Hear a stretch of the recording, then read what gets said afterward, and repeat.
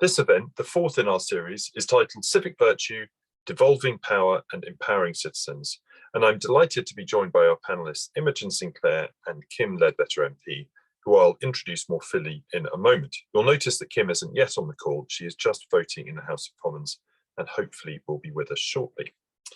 The purpose of our webinar series is to explore the role of civic virtues in wider society and to discuss how these virtues can be cultivated, used and celebrated in order to achieve a better functioning, more equal and ultimately flourishing society. The webinars themselves form part of the Jubilee Centre's Civic Virtues Through Service to Others project, which explores the meaning of civic virtues in contemporary public life and education in the United Kingdom. You can find out more on the Centre's website and we will share links to that in the chat. In terms of tonight's session, our special focus is on the local, the systems and support structures that can enable communities to take a greater role in decisions at local levels, what is sometimes called subsidiarity. Subsidiarity can be understood as the principle that decisions and actions should be taken at the viable level most immediate to citizens and localities. As well as being a principle concerned with the effectiveness of government, subsidiarity can also be understood as an a priori ethical commitment that power should be situated as close as possible to citizens in line with the dignity and integrity of individuals, families and communities. To explore these ideas and how to make them a practical part of our politics, we will first hear from our speakers, then have time for a Q&A. Please use the chat function as we go along. I'll be watching it and that's a good way to stimulate discussion, as well as the dedicated Q&A function if there is something specific that you'd like to ask. We will finish at 6 p.m. Finally, a recording of the session will be uploaded tomorrow on the Jubilee Centre's website and onto its YouTube channel. Now, onto our first speaker. Imogen Sinclair is the director of the New Social Covenant Unit, a thought-leading organisation seeking to create a more local, more connected and more sustainable life for all. It was established in 2021 by Miriam Cates MP and Danny Kruger MP, who have both spoken in our webinar series before, and with Imogen we make it the full set of the New Social Covenant Unit as being part of our series. Imogen has several years working in Parliament and is the author of Community Capital in 2019 for the Centre for Social Justice. She holds a degree in philosophy from Newcastle University, has worked as a parliamentary assistant and completed a master's with distinction in philosophy, which she did under the supervision of the late Professor Roger Scruton. Imogen, it's a pleasure to have you with us. I'm handing over you you can give us your perspectives for the next 10 minutes. Over to you. Thanks so much, James. And I've always wanted to be a thought leader, so I'm glad that you've given me that promotion. I've made it. But no, thanks for the invitation from you, James, and from the Jubilee Centre. I'm really honoured to be included in the company of speakers in previous sessions that have gone before who've taken part in your webinar. So really delighted to be here. And I suppose I'll start with civic virtues. As I was preparing for this discussion, I was struck by the Jubilee Centre's definition of civic virtues. And so I jotted it down here. So when the Jubilee Centre gives a definition of civic virtue, it says this: they're positive and stable character traits that enable citizens to participate in the public life of their communities. And you say that this is vital for individual and societal flourishing. And for me, just that sentence points out something really quite radical, actually, which is that successful policymaking is concerned not only with public services regulation, but somehow nurturing better people. And don't we want people that care for their children, their parents, people that look after their neighbours, people that pay their taxes, people that keep the law? Obviously, these things can be a real challenge for some people. But it does strike the question, what if politics didn't try to fix everything? What if instead of ceaselessly seeking solutions to our besetting problems, what if government concentrated on creating the conditions in which the problems don't arise? What if instead of trying to do good itself, government tried to make better people? And I don't think it's too controversial to say that actually, if we want a functioning society, we do actually need good people, not just the right kind of policy or enough money, though these things are, of course, vital. This alone won't make the bad stuff go away, and we all need to be those better people. And if you'll humour me, hopefully just for 2 or 3 minutes, I want to talk about a philosopher, a theologian actually, Jewish intellectual called Emanuel Levinas that I was reading a few years ago now, but he's quite obscure in lots of ways, so I'll try and be brief, but I think that he just really kind of hits the nail on the head in terms of why face-to-face encounters are so important for cultivating some of these civic virtues in people. So he talks, as I say, in quite an obscure way about the face of the other. But essentially what he says is when two people come together, interact with one another, you're immediately kind of bound to attend to the humanity in the eyes of the other person. And so in these face-to-face encounters with other people, whoever they may be, Levinas doesn't really go into great detail, but perhaps think of a family member or someone in your community, or a fellow citizen, we're immediately struck by the kind of vulnerability and humility in the face of the other person, and you're immediately convicted that actually you have some kind of ethical obligation towards that person. So there's something particularly key here about in this project of trying to create better people, as it were. There's something very important about the local and the face-to-face encounter between individuals. So the practicalities of this, what's government's role here in creating better people, if that's something that we agree is something that government should be looking into. And I remember pondering this exact question when I was at the Centre for Social Justice, and my goodness, it was such a conundrum for kind of a young researcher like myself at the time. I knew that when you belong to a stable family, strong community, your character is nurtured, you become more resilient and more responsible. We know that strong families, strong communities produces, if you like, outcomes, to use kind of policy language, if we were to frame it in that language. So for instance, a few things that I've picked up over the years, I think it's true to say that engaging in the life of the community enables people to experience a sense of purposeful participation, which can mitigate against a sedentary lifestyle. Purposeful participation allows people to realize their own skills and assets, what gifts they have to bring to the table in the life of a family or a community, recognizing their unique and important part to play, which in turn can build confidence. And that belonging to a community gives rise to voluntary mutual aid, which can provide invaluable informal types of welfare for people. So this is all the good stuff that happens at a local level, among face-to-face relationships in youth clubs, town halls, sports pitches, churches, mosques, what you might call social infrastructure, again, some kind of policy wonky language there, but gathering places. But my job at the time was to make recommendations to government, politicians. How on earth, I thought to myself, does a top-down institution like government grow something that's quite clearly from the bottom up? And I tell you, it took me, a year to actually figure this out. And I was drawn to subsidiarity. How can you not be? And it struck me that there really is something magical, frankly. Something magical happens when local people are given the resources to create these conditions for themselves, these conditions of belonging, these conditions of responsibility. And you don't have to think about it for long to realize that this just makes total sense. Rather than central government armed with a whizzy spreadsheet saying, okay, Grimsby needs this, Luton needs that, Wiltshire a sprinkle of this, Newcastle a dollop of that, London less of everything. Actually give local people the power and the money, which I'm sure we can come on to in the discussion, give resources, power and money to local people, and they will identify the gaps much more accurately and fill them much more effectively. And again, I think this is something that over time has been proved. So I often refer to the Wigan deal, and the Wigan deal is a social contract, if you like. I prefer to talk about covenants, but never mind. Social contract, that's how Wigan Council described this deal that they struck with the local community. It was during the austerity years. There was a really innovative chief executive at the time, Donna Hall of Wigan Council, and she said, I don't want to salami slice my budgets. What I want to do is I want to work closely with the community in order to enable them, empower them, encourage them to do more for themselves, be it run a local swimming pool or library or something like that.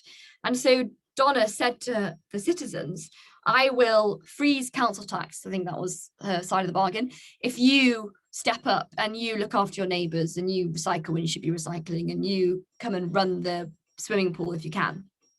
So there's quite a lot of community asset ownership going on there. And the King's Fund estimates that the Wigan deal, that Wigan Council over the course of that 10-year period or so saved about 150 million, although as the as people keep researching this phenomenon, I think they're finding more and more cash that Wigan managed to save. But just really an amazing example, I think, of what happens when actually local people are given the power and the resources to do more for themselves.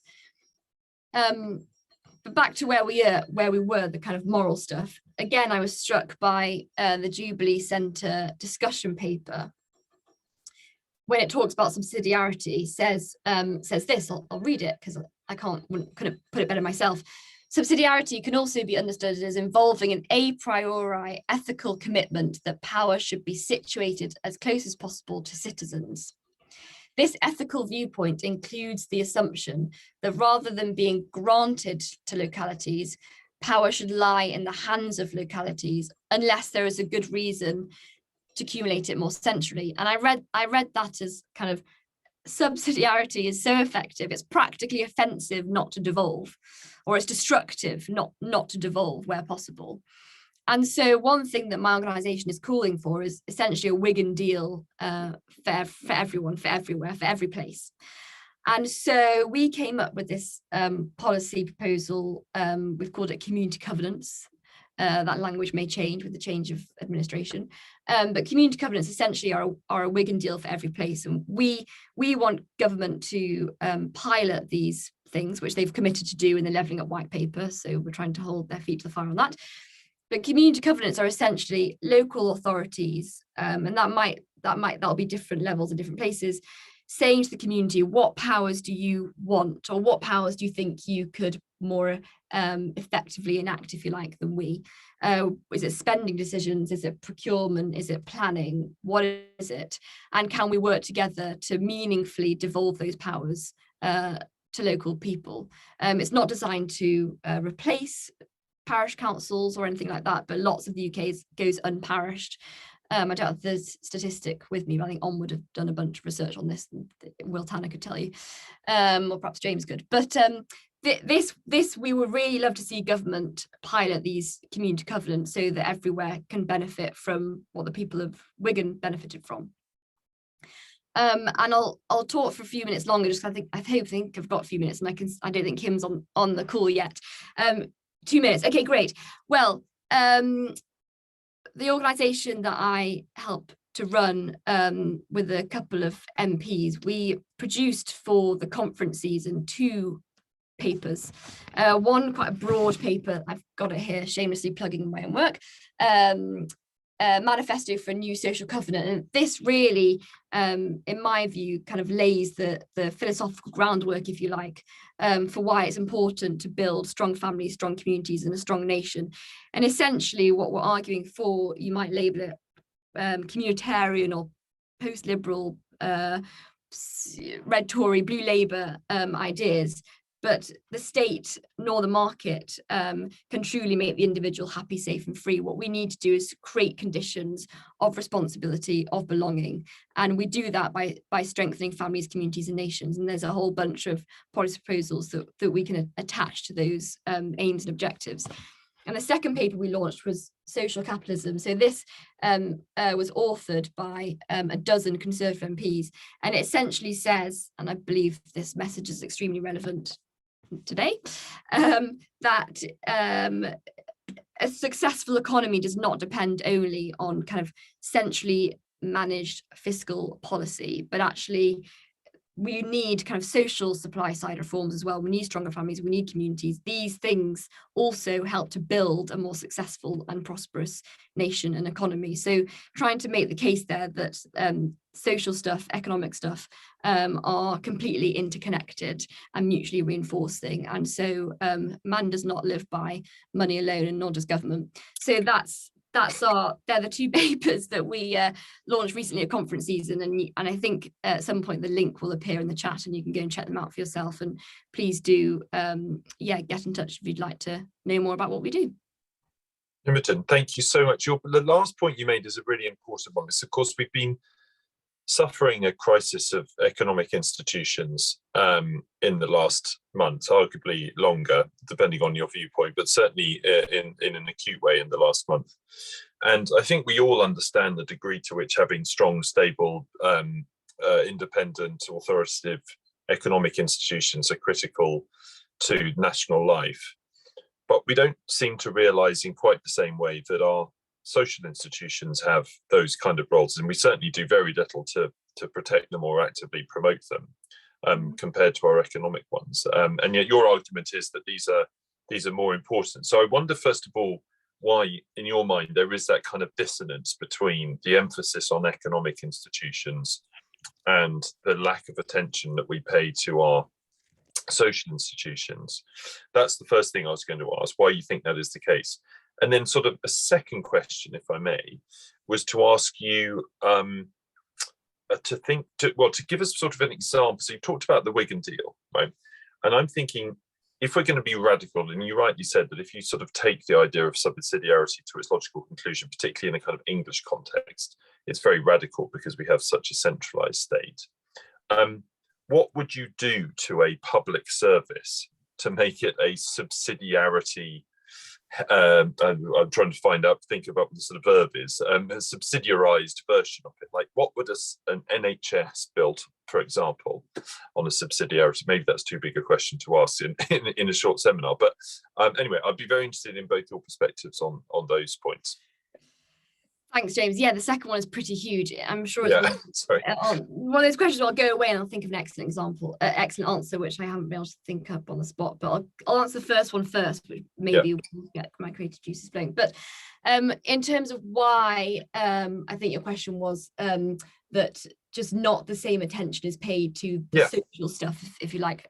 Well, I think I can think of two reasons. One, it's really hard to measure the social stuff. So I found this when I was at the Centre for Social Justice, and I did some, I suppose you might call it ethnographic research. I visited Birkenhead, Clacton and the Rhondda Valley. And I got to know a bunch of groups, community groups there. They weren't really charities, they were more kind of under the radar, mums and toddlers groups, that sort of stuff. And when I was trying to piece all this together and work out really what my hypothesis was, I had a bunch of conversations with some social researchers, and I said, how this stuff seems so important, that a mother can take their child to a mothers and toddlers group within a 5-minute walk or whatever. This seems really important. How are we going to measure this stuff? And the answer that I always found underwhelming was kind of social return on investment. I kind of usually or financial return on investment, depending on the way you look at it, usually a financial figure, a monetary figure, which says, oh, well, actually, if you think about, if you kind of piece these things together, you can sort of work out that the monetary, value of a mother spending an hour at a mums and toddlers group is worth 2 coffees, and therefore it's £5.50 or whatever. I just found it an obscure way of measuring what matters, but there's clearly this idea that it's got to be measured in monetary financial terms, and I want to say, why do we have to put a figure on everything? Because you can't. And some of this stuff, government needs to measure what matters, because only by measuring it does it matter, because this is taxpayers' money and they need to be careful how they spend it. But I'm tempted, I shouldn't because I'm in policy making, but I'm tempted to say, stop measuring this stuff. And because there does seem to be a kind of moral imperative behind why these things are obviously so good. Part of me wants to say, I'm just not sure we should be measuring this stuff. Probably not the right answer, but we certainly need to go beyond GDP, beyond this obsession with economic returns on investment. And I'm constantly having to try and demonstrate an economic return on investment, and they are there. They're there, and that's what this report does. Demonstrates that economic return on investment when you invest in social infrastructure. But boy, does it kind of crush some of the ideas and some of the research. Another reason I think is that, particularly in kind of conservative thinking, lots of this stuff, whatever you want to call it, social infrastructure, community powers, a whole bunch of labels you could give these kinds of ideas. But I think it's seen as something that's private, particularly when you think about strong and stable families. I think governments or politicians can think, hold on a minute, no, we politicians and government is in charge of the public purse, and actually what is, we live in a liberal Western democracy. It's not our business to get involved in the kind of nitty-gritty and complicated world of families and communities. That's a private issue, and it's not for us to be involved. But actually, we know from some of the research that I've evidenced that actually these are public goods. It's in the public interest that we have strong families and strong communities. And I think that's, for some people, that's just quite a big kind of jump to make in their head. But it needs to be made. No, thank you. And I think it reminds me of the discussion we had around character education in schools, 10 plus years ago now, when the Jubilee Centre and others was trying to, and which it has done successfully, get a focus on character in schools. And one of the questions that came up is, right, well, schools are going to focus on character, and if they're going to spend time doing that rather than teaching people something, then we have to be able to measure it, because otherwise we don't know that it's working. And then the end sort of gets reduced to this kind of thing: is how do you quantitatively measure the improvement in an individual's character over time? It will take time. Well, the Jubilee Centre is very good at many things, but I don't think anybody has cracked a really sound. And indeed, to your point, you then end up reducing it all to a kind of metricized approach to living a good life, which is probably doomed to fail and to reduce down to the economic and statistical rather than to focus on really matters. So that really does resonate, the problem you're describing. We've got a couple of questions on the Q&A which I just wanted to bring up for you, if I may. I'm going to come back to the health thing, because Kim might be interesting to get Kim's perspective as well, because I think we should all be asking ourselves the hard question. It gives you a bit more time as well to think about. But we do have a question on that, which I'll come to from Matthew. But Brenda asked about face-to-face encounters, the point you were making about how important they are. The nature of the modern economy is that those are often reducing. Your local bank, pubs closing. Is one way to encourage what you're what you want to see, through much better participation in the workplace, through jobs. Is there actually quite a much more, maybe than we understand, pro-social benefits from being in work, as well as the obvious economic ones? And then Brian has asked a different question, but about the capability approach in the Human Development Index. Could that be a good measure of what this kind of civic virtue or kind of community development looks like at perhaps an individual level? So I wonder if you have a perspective on either of those points. Yes. Pro-social work. Yes. So you've had John Cruddas on, haven't you? I think I saw that. Yeah. Yes. Well, Dignity of Labour, I think is the title of his book. But yes, which I haven't read, but not personally. I have this new phrase when I feel that I ought to have read a book, but I haven't read it, and people say, "Have you read such and such a book?" I often say, "Not personally," which is my way of saying no. But I'm going to. Yeah, I intend to, very much so. But yes, I think there is certainly a kind of pro-social aspect to work. One thing that, again, I've not really worked this out yet, but I remember thinking long and hard about it. So many job seekers, put their hours in, their required hours to job seek, and then outside of that time, they're involved in the community, maybe helping to run a community cafe or whatever. And I just thought, oh my goodness, they are gaining so many more skills in the community, volunteering, serving their neighbours. I can just think of one example in Birkenhead, near Community Cafe, getting so many more life skills there than they are kind of behind a computer job seeking. And I've always thought, I'd love to find a way of kind of figuring that out. Of course, these people need to job seek, but actually that's a lonely, miserable, antisocial existence. But there's certainly an interesting discussion about the future of work and what it means for our, cashiers to be replaced by robots, whatever. And I suppose it's kind of quite a simplistic position, but I'm all for AI and technology making our lives easier, simpler, more efficient, etc.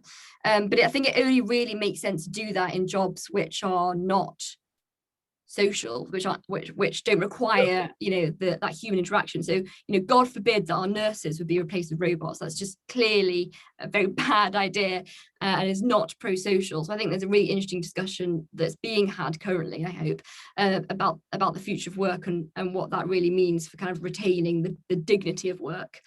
The capabilities approach, is it kind of a Marta Sen's work? I imagine that's what's being referred to. Brian might confirm it on the chat, but okay. Yeah, well, I'll try and talk for a couple of minutes, but Kim is on her way, we're told, so okay. Relief is at hand. Yeah no but I remember this research project that I'd previously referenced, being convinced by the capabilities approach as far as I can understand it, and do your questioner must come back to me if I've not understood it, but this idea that actually poverty, that was the specific context of this report, is not just to be without enough money. There's actually a whole bunch of other stuff that comes with living an impoverished or existence in poverty, and there's a sense. There was a quote from someone that I spoke to in one of these focus groups that said to me, "Poverty is powerlessness." And so I just thought that was so interesting.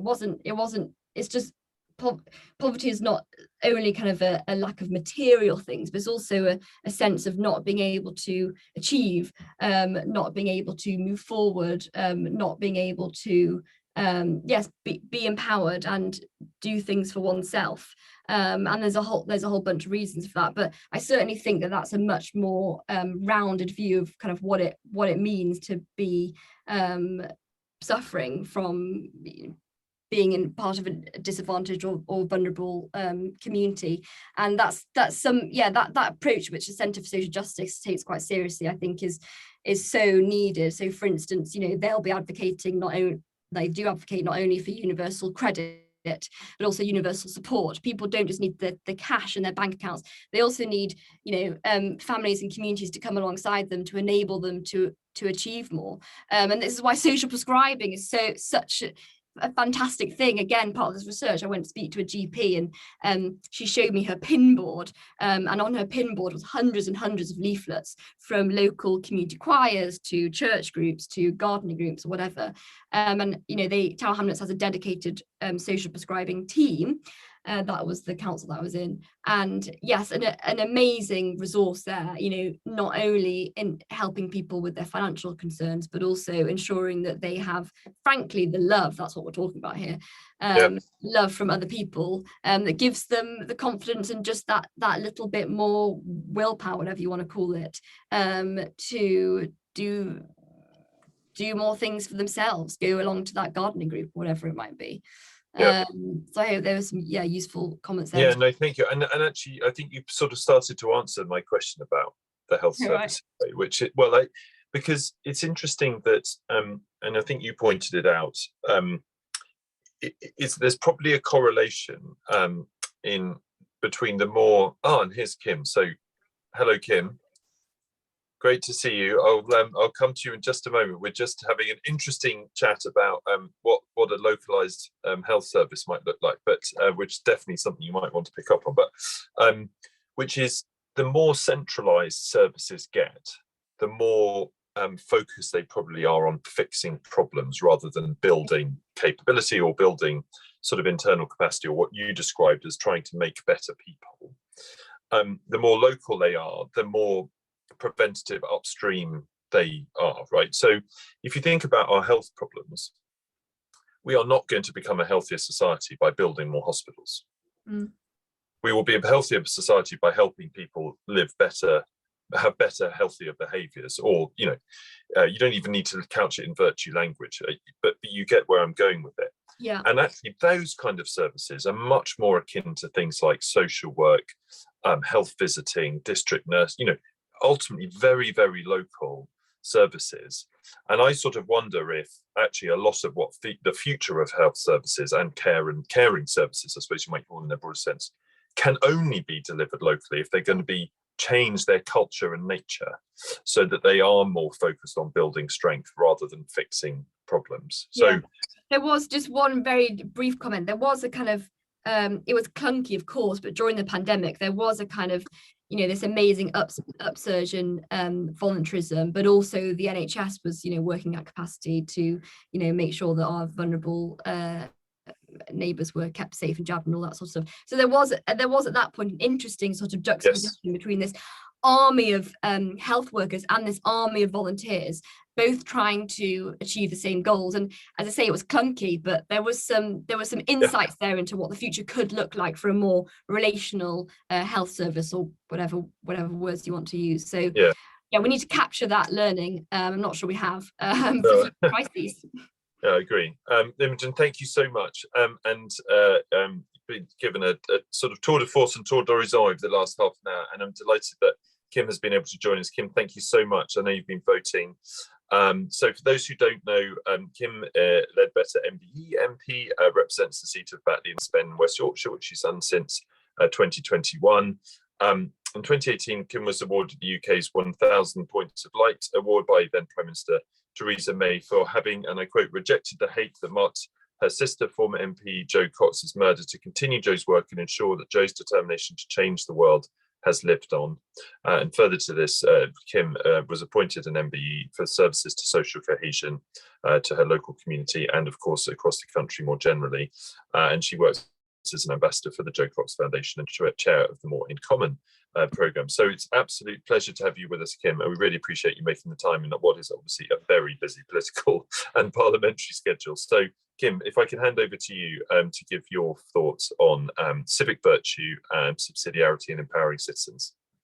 Thank you so much, Lord O'Shaughnessy. Yeah, it's a bit of a mad evening down here. I mean, it always is, to be fair, but I'm very sorry that I've come back from voting, and there's a very strong chance the belly's going to go in a second. I'm going to have to go and vote again. But I thought, at least if I can come over and say hello and just say well done for putting on such an important webinar. Yeah, for me, I mean, I think Lord O'Shaughnessy has said that my journey into politics is, well, it's a unique journey. I'm now the MP for Batley and Spen, which I started in July last year. But prior to that, oh gosh, it goes. A lot of my views on community power come from the work that we did through the Jo Cox Foundation, and the work that we did after Jo was murdered. And I think for me, I don't have the answers to the question around community power, but I'm really pleased that there's a lot of conversations going on about it at the moment. And I think the fact that you're doing this evening is really, really important. So I think for me, if I get a chance to come back when I finish, I'll talk a little bit more. But I suppose for me, it's just, what does it actually look like? Because we're having lots of conversations about, this, and I really believe in devolution. I believe in the bottom-up empowerment of people and organisations. But what does it actually look like in reality? And what can we now as politicians do to try and make sure that it happens? So I'm going to leave that with you. I'll go and vote. If I can dash back over and rejoin you, I will do. Thank you. And we're going to, yes, okay, that would be great, Kim, if you can. Obviously, we understand if you can't, but thank you. Thank you for joining us. See you shortly, hopefully. Well, Imogen, it's back to you and me for the time being. We've got a few more questions to ask. So maybe I could read out one that Paul Fitzpatrick has provided. So I'll read out the whole thing actually, because it's quite important. It says, I experienced the face of the other and an absolute ethical obligation towards that person in the person seeking asylum incarcerated indefinitely in initial accommodation centres, aka hotels. But this puts me in tension with government policy, ideas of stronger nations, and possibly the values of the local economy, local community. Sorry. How can I apply the value of subsidiarity here? Can we separate the notions of citizenship and the state? What if local community recognise these territorially present as de facto citizens? Well, I think that's another extremely good and testing, frankly, argument of how far subsidiarity can go in a modern nation state. And perhaps you don't need to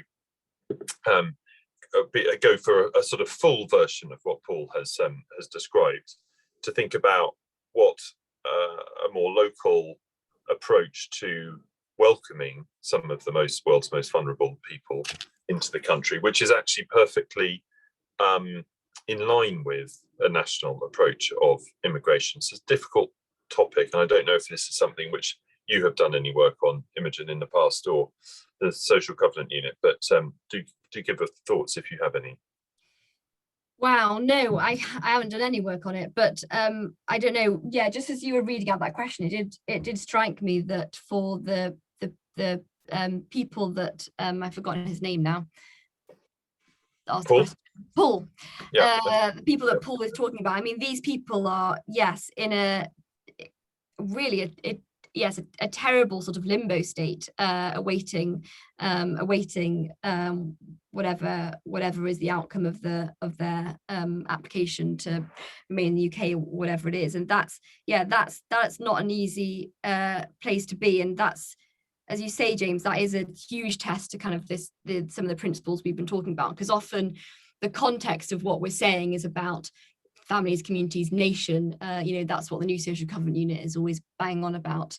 But actually, the example that's given there is an excellent test case as a member of a local community, and a kind of someone that you would come face to face in contact with, but might not necessarily share exactly the same, history or whatever it might be. And so, if I was Emmanuel Levinas, who, as I keep saying, is a very pure philosopher, absolutely, that person has the human face, and therefore that human face is convicting of your ethical obligations. And I can't really think of a good reason why subsidiarity would kind of fall at that point. But obviously, this discussion in terms of policy making and government and governance, there are we do have, there's my light switching on, my censored light.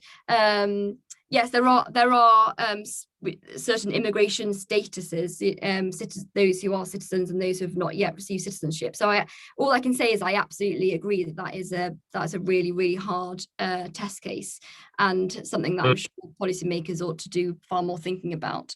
But the human face is convicting, whatever the human face. And so there's a kind of universal, in one sense, element to this, even though we're talking about the local. There is a universal element to, where your obligations begin and end. And as I say, the human face is the human face, and is convicting.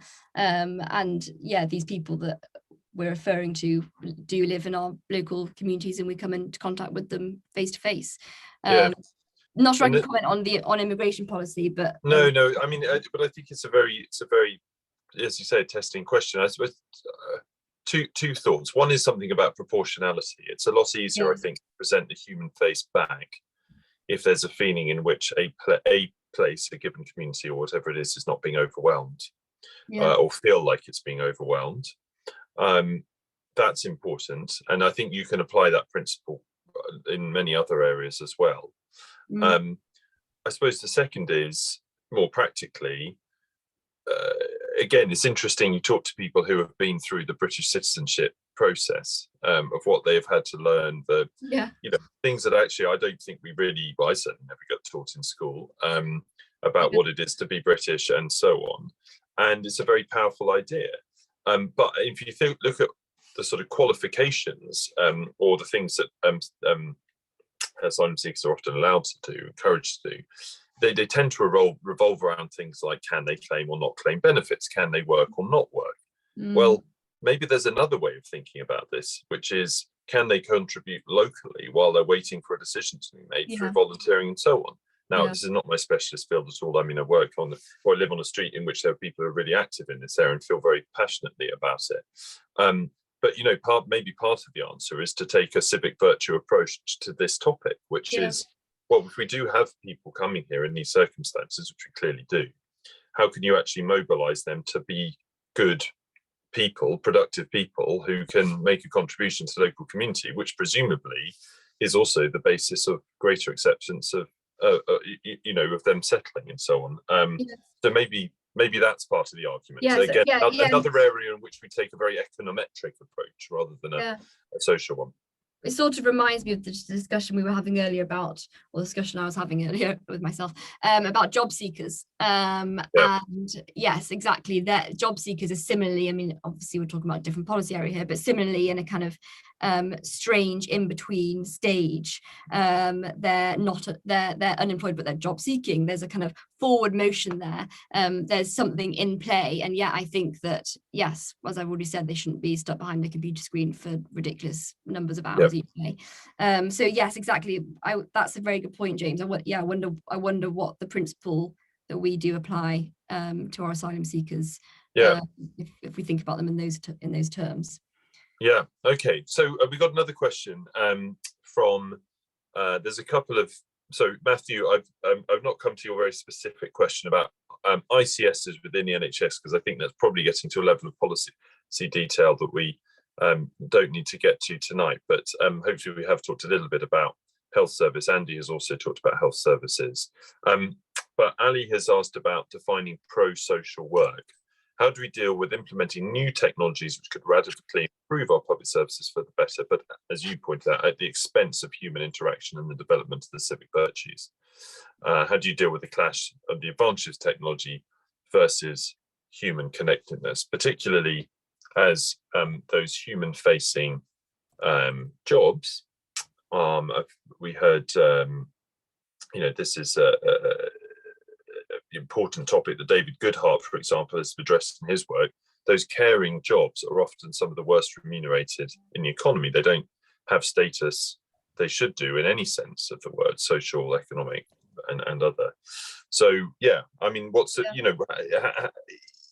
we seem to be, I guess, in a kind of techno-fatalism at the moment, right? We basically seem to impose no limits on technological development at all. We never ask really we started to do it with social media perhaps, but the hard questions about whether these are worth it in terms of a human flourishing, because they're always seen through the lens of economic or GDP, I suppose.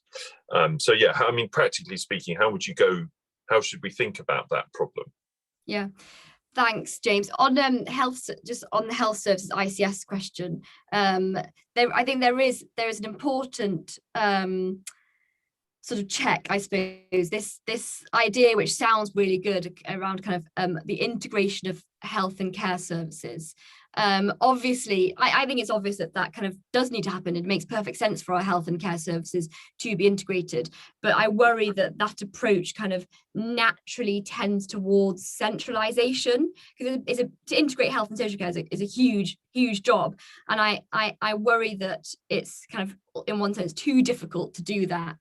And at the same time, decentralize. I worry that integration will mean centralization when it doesn't have to and shouldn't. And so what does it look like for health and social care to be integrated and decentralized? Because I feel at the moment they're kind of two different directions, but we need to make them go in the same direction. So just very briefly on that.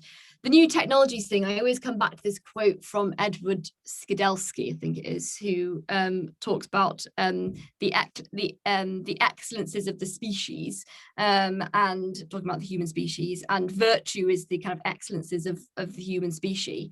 And so again, I hope this isn't too simplistic, but I really do think it's worth thinking about, in the jobs market, where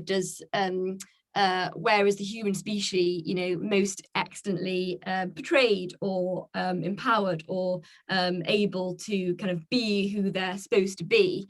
And again, as you said in the kind of preamble to this question, so often those questions are ignored, and what we end up worrying about is whether individuals are contributing to GDP. And I don't want to sound kind of super old-fashioned, but time and time again, I have conversations with families, parents, mothers and fathers who feel so very ignored, and that their contribution as parents is just not registered. And again, I'm afraid it does come back to this whole kind of GDP question. Why do we only think economic contribution is something that can be yes, measured in terms of participation in the workforce? Why is not looking after your children and indeed your parents, because often it's working age people who are caring for non-working age people, those younger and those older. And yeah, that's a huge contribution, and obviously has invaluable kind of economic value. And that's the human species, you know, doing what it does best, caring for other people. And we must not lose that and monetize it and forget about it in this conversation about the future of work. Yeah, thank you. Kim, welcome back. Yeah, that's brilliant. Thank you for making it back. We've been talking about the future of work, we're back on our question about health services and other things. So you were left to saying this matters. You've obviously had your own personal experiences, you know, in community settings in response to your sister's tragic death, and seeing this from a sort of lens of social activism. You're now a politician. The Labour Party looks like it's got a pretty good chance of being in power shortly.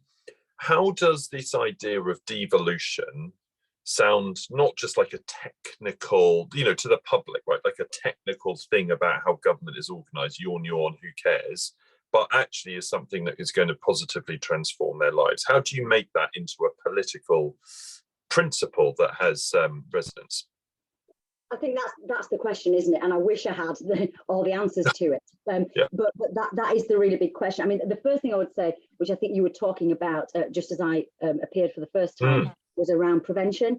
And interesting, I'm just doing a piece of work within Parliament around looking at prevention for health benefits, rather than just constantly throwing money at the NHS, which we just can't continue to do. And I think this thing about community building, for me, is about building healthy society and healthy communities. That's physical health, mental health, and social health. But the question is how we do that. So I'll talk a little bit, if I can, about sort of my personal experience. And then I'll just throw some ideas around, if that's okay. Great. So as I said, my initial career was in the private sector, working in sales, and then I worked in the health and fitness industry and in education. So I was a lecturer, and I also had my own business, teaching exercise sessions and doing one-to-one personal training. So everything I've done with my life has always been very people-centered and people-focused. And then after Jo was killed, I went on to work for the Jo Cox Foundation, and also did a lot of voluntary work in the community in Batley and Spen, and set up this volunteer group called More in Common, based on the words that Jo said in her maiden speech in Parliament: we have more in common than that which divides us. And I think, you know, if I look back now, it was actually amazing what people did in our community after Jo was killed. And we saw the very, very best of humanity. We saw people coming together from all different walks of life, who just basically were saying, this isn't what our country's about. This isn't who we are. And what I didn't realise at the time was that happened all over the country, and actually all over the world. And people came together and harnessed that sense of togetherness that sadly we often only see in a tragedy or a crisis. And I suspect you've talked about COVID already, because that's the other huge example, certainly in the last few years in my life, where we saw communities mobilise in a way which you rarely see. And in the middle of, you know, what we experienced and what we went through in COVID, whether that was the shock, the despair, the anger, the sense of helplessness, people pulled together and did amazing things. And I think the question is, how do we make that happen without a horrendous starting point, or a global pandemic, or something tragic, or a crisis? And I think that is the real challenge, that we actually should be living our lives pulling together and working together and for the good of society and for the good of our communities. But it's very easy to go back into our silos and back into our own personal lives and forget that. And sadly, I mean, I really felt, certainly locally in my area, that during COVID, the different way of working that we saw, I really thought, oh gosh, this is going to change now. And actually, sadly, it's kind of gone back. But what we saw then was, and this is really important for me, is cross-sector working. So we saw businesses working with voluntary groups, working with councils, all pulling together for the good of the community. And, you know, the other big thing for me was, we had to have some meetings, but we kind of cut through a lot of the meetings because people just needed help. People just needed food. They needed prescriptions. They needed stuff to be done. And, you know, by working, and I attended a few meetings with the council initially, and I was like, right, can we stop having meetings about this? Can we just get the help to people? And that's where the voluntary sector comes into its own for my money. And, you know, we've got amazing volunteers and charities doing things in communities day in and day out. So that sort of cross-sector working was really, really powerful, I think. And a lot of the stuff that we've done through the More in Common group and indeed through the Joe Cox Foundation at a national level has been about pulling cross-sector working together and looking, because, you know, I've worked in all three sectors and they've all got strengths and they've all got things that could be done better. But actually, if we do it together, it can be really, really powerful. So I think that those are my two examples of sort of personal experience where I've seen communities really, what I would say, at their best. And you know, the work we did through Joe's Foundation around the Great Get Together was another really good example of communities coming together. So this was a national annual campaign that we launched on what would have been Joe's birthday weekend, because we were very clear as a family that we wanted to concentrate on how Joe lived and not how she died. And sadly, you know, in 2016, we were living through very divisive times. And the Great Get Together was sort of a bit of a beacon of hope in the middle of that, where a year after Joe was killed, people came together at events up and down the country and indeed around the world, actually, and showed the best of humanity again in their communities. And that goes on year to year now, every June. So I think in terms of where we are now, if I put my MP hat on, which is still a little bit wonky, but if I put that on and I think, right, this is me now in this new job, where can I make most difference in terms of this sort of stuff? I think the good news is there is a lot of cross-party consensus around renewing democracy and putting citizens at the heart of that. I think there's some good conversations, you know, and I'm very happy to work on a cross-party basis on this sort of stuff, because I think that is often the most effective way of getting stuff done. But I think it's, you know, it's looking at how we can actually make that a reality. So we can talk about power being close to citizens, and we can talk about, you know, that, and I firmly believe in the bottom up and top down and that percolation in the middle and stuff, but what does that actually look like?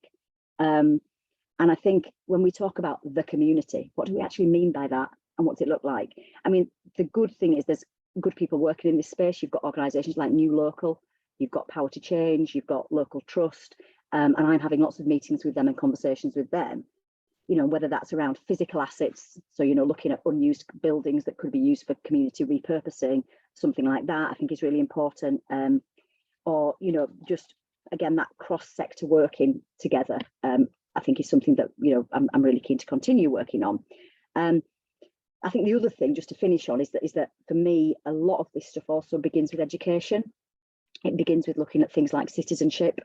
It begins looking at political education and political literacy, and I'm doing a bit of work on that now in this job. You know, how can we make sure that our education system, A, explains to young people how the country's run and the influence that they can and should have in that, and B, you know, what they can do to be an active member of society, an active member of their community.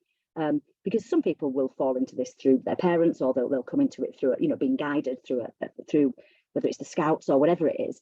But other kids, you know, might not know how to get into being part of their community, because it's not something that they've been brought up with. So it's kind of that education piece, I think, is really important.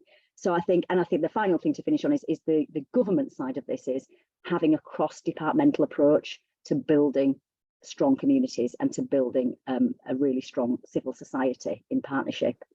So there's the kind of cross-sector working, cross-departmental working, the role of education, and then sort of getting a clearer definition of what we mean by this sort of community power. Yeah, I hope that's useful. I've not repeated too much that other people have said. No, not. I mean, a perfect compliment, to be honest, Kim. And actually, what you said about why does it take a tragedy to pull everyone together really resonated. I think probably with everybody, but it did with me. So where I live in West London and very close to Grenfell Tower, and I was actually working in government at the time. So I was a minister in the health department, and I was the minister who was part of the cross government working group with many others. And obviously it was awful, and you could literally see it from my window, and a terrible time, affected all sorts of people locally, as you know. And of course, actually what happened is government, local communities, I mean, not perfectly, like the difficulties with some components, local authority and others, but lots of people pulled in. All the stuff that gets in the way disappeared. And I'm not saying the response was perfect at all, but lots of good things happened in response to tragedy that wouldn't normally happen in peacetime. And I remember saying to Nick Hurd, who was one of the other ministers at the time, why aren't we capturing this as a kind of proactive, right? We've sort of understanding through tragedy what it takes to actually get people acting together to repair a community when something terrible has happened. Why don't we kind of, create a methodology around it? Of course, that didn't happen. But there is something in what you're saying about actually we need a kind of way of thinking about, which is locally driven, but does involve all parties, about actually doing these things proactively, getting ahead of the curve rather than waiting for something terrible to go wrong. One question which I have for you, and I'd be interested to get your perspective, given you spent much time with sort of, as you say, you've been people focused throughout your career, is in those times of tragedy, people are willing to give up time. They have the inclination. When things are just kind of pottering along, it's easy just to say, well, it's somebody else's job. I'll leave it to whoever, and I pay my taxes, and they should do it, and whatever. Do you think, whatever the community locus that you're talking about, whether it's a village, a parish, it's a community, whatever, that people, I mean, in general, not just a few active, but in general, have the time and inclination to be involved to that kind of degree if the opportunities were available to them? I think that's a really good question. And I think, yes, I think is the short answer. But I think you've got to create an environment with factors to make it work. So I think it's really important that you have kind of a clear goal. So why are you asking people to do something, or why should they get involved? What's the shared vision that we're working towards? I think you've got to also make things fun. You've got to make things enjoyable.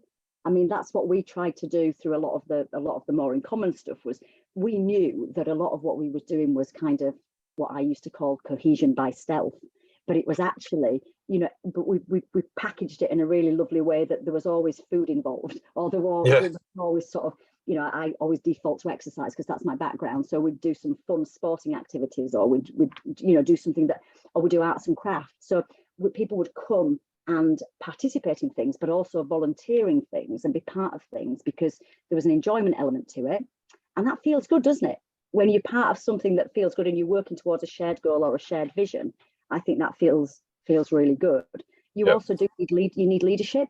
You need someone to drive it. And, I think, again, and it's how you create that without the horrible circumstances that we had, because, people rallied around our family after Joe was killed in a way that, was just so empowering and so heartwarming.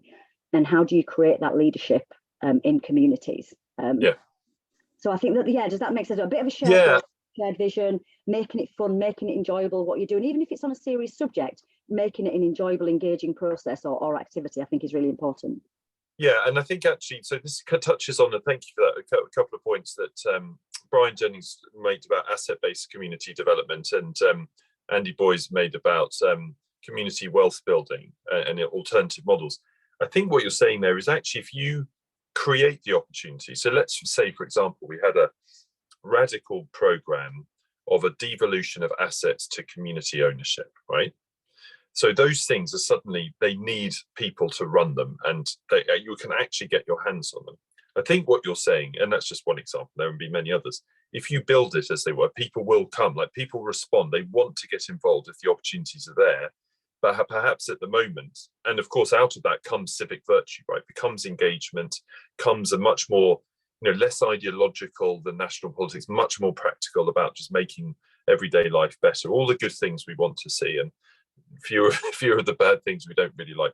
So anyway, I find what you've just said, and I don't know if this resonates with you, Imogen, but actually there's a leap of faith that we should take to push this stuff local and trust people to respond well to it, rather than at the moment we say, well, there's a bit of a kind of, well, you've got to show you can handle it or show you're worth it. No, like on principle, we need to take that leap. I don't know, are politicians, right, so there's another question here, which I'm going to get a little bit political, because we've got a Labour politician and we've got somebody who works for two Conservative politicians on the line, and obviously I'm a Conservative politician by background. Is either party ready to take that leap? And would it look different if it was a Labour version than a Conservative version? Kim? Do you want me to kick off? Yeah, I think that's really interesting. And one thing I've heard said a few times in this short time I've been in this job is that once people get power, they don't like to give it up. And, yeah. And I don't think like that, but I think sadly in politics a lot of people do think like that. So I think you're right. I think it's that change of mindset that is actually, we can all be empowered if we spread the power out a bit more. And I think that's a really important message. And also accepting that, you know, one thing that you are as a politician, I think, is you're a facilitator. But and I think we you know, there's the reality, particularly as a backbench opposition MP, I don't really have much power, in all honesty. But what I can do is convene people, and I can facilitate situations, and I do a lot of this in the constituency. So I get people together in a room, and then we can drive that action forward. So I think that thing around, you know, using the power that you've got in the right way is really, really important. And you also in this job in politics, you know this. There's no way you can be an expert on everything. You're kind of expected to know about everything, but there's no way that you can be. But what you should be doing is using the people in your constituency and in your communities who are the experts and giving them the power to do stuff. I think at a local level, sort of at a council level, I mean, this was one thing that I did struggle with. So the first few meetings we had through all the volunteers that we got together was a lot of sort of being really negative about the council. And I said, look, we can spend 2 hours in this meeting slagging the council off, or we can decide what we're going to do, and then we can take it to the council and say, do you want to do this with us? And that's what we did. And do you know what they did? Yeah. But it was that kind of different approach. Instead of just moaning and whinging about what wasn't being done, it was kind of like, we're going to put this stuff on. We'd love to do it in partnership with you guys. And when we did that a few times, that built trust, because you use that word trust, which I think is really important, trusting people. And that takes a while, doesn't it? And if you're going to fund something, whether you're a charity funder or whether you're the council funding something, you've got to have that bit of trust in people. But that is about taking that initial, like you say, that initial step and that initial maybe risk, and letting it go, and maybe sometimes letting people make mistakes as well. Oh yeah, 100%. Yeah, Imogen. Yeah, thanks, James. I would say apologies that I'm in a room with the light sensors. That's why I keep flashing on and off. That's what's going on here. But yes, on the kind of political point, I think sometimes Conservatives think wrongly that, oh, this is free. Oh, we're talking about voluntarism. Oh, community power. Oh, that's fantastic. Oh, this doesn't require any money.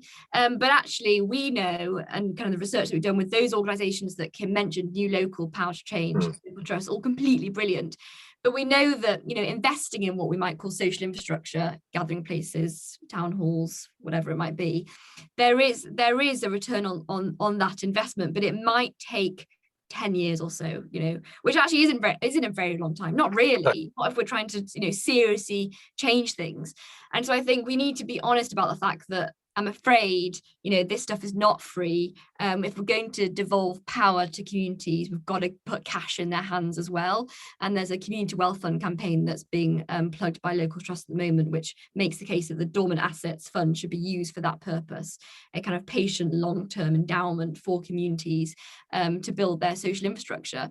But the other thing, I was like, that question just keeps returning to me about this issue of asylum seekers. And as Kim was talking there, I was actually reminded of I think quite a remarkable Conservative policy where Michael Gove, I think, just did a really good thing with the Homes for Ukraine scheme.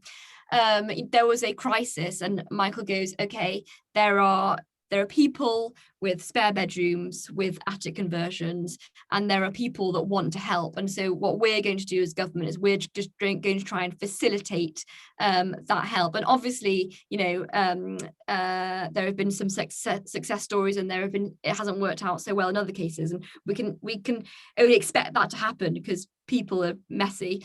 But I think that was testament to government saying, actually, there is a resource here, and we're going to use it it, and we're going to support people to use their spare bedrooms and their attic spaces, whatever it might be, to provide hospitality to people in need.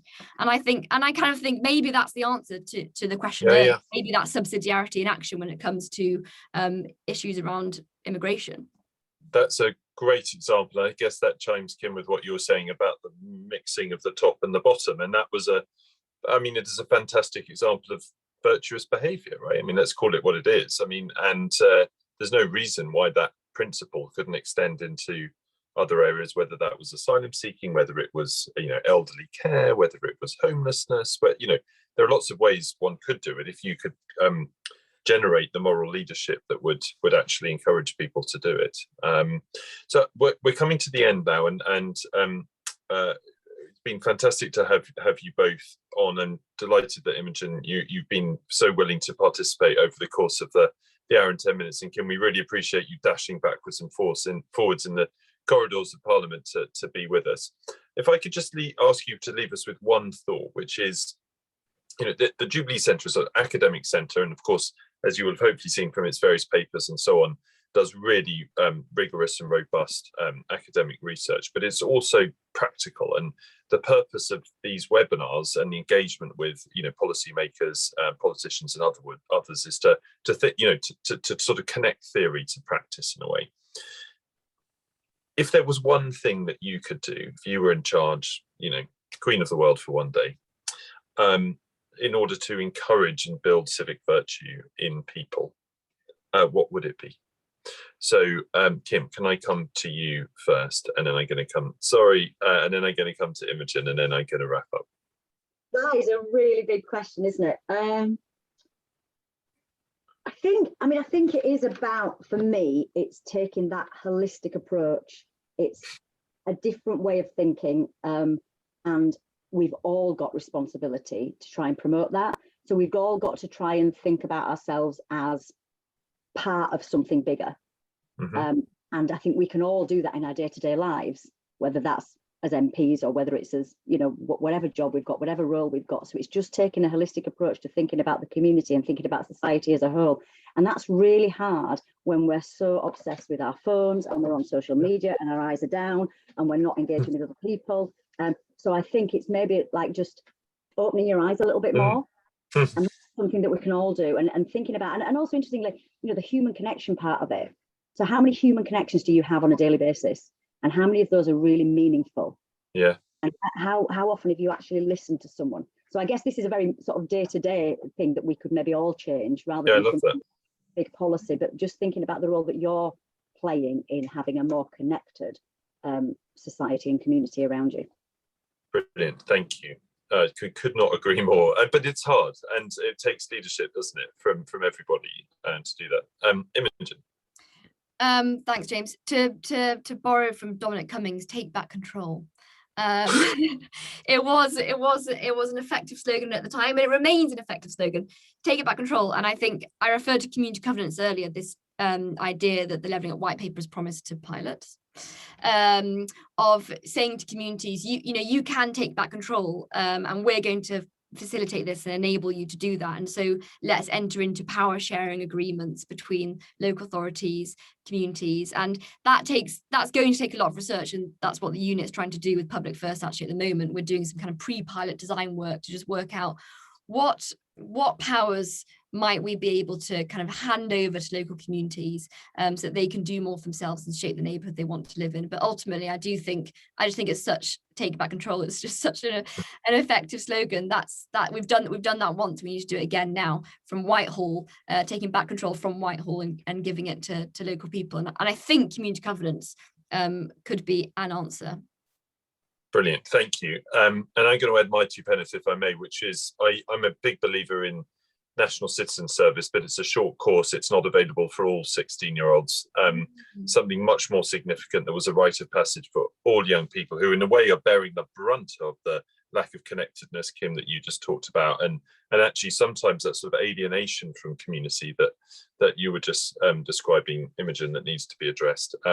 I think doing something for young people who have had a very difficult few years, on top of all the other structural issues that are making things like owning a house and getting a job with a future and all those kind of things more challenging would be a wonderful thing to do. So look, thank you very much, Kim and Imogen, for joining us. We really appreciate your time. It's been a fascinating discussion. I think we've had great engagement from the questioners and from the audience as well. We have explored what civic virtue means, how to build it through face-to-face interactions, through giving communities more power. And I think what we come away with is a very optimistic view that if we take that leap of faith, if we provide power to people, that they will use it and they will use it well. And as a consequence, they will be able to live happier and more fulfilling lives that are not just defined by their economic status, but actually by what they give into others. So thank you very much. Thank you to everyone for joining us. And we look forward to seeing you at the next of our series. Thanks.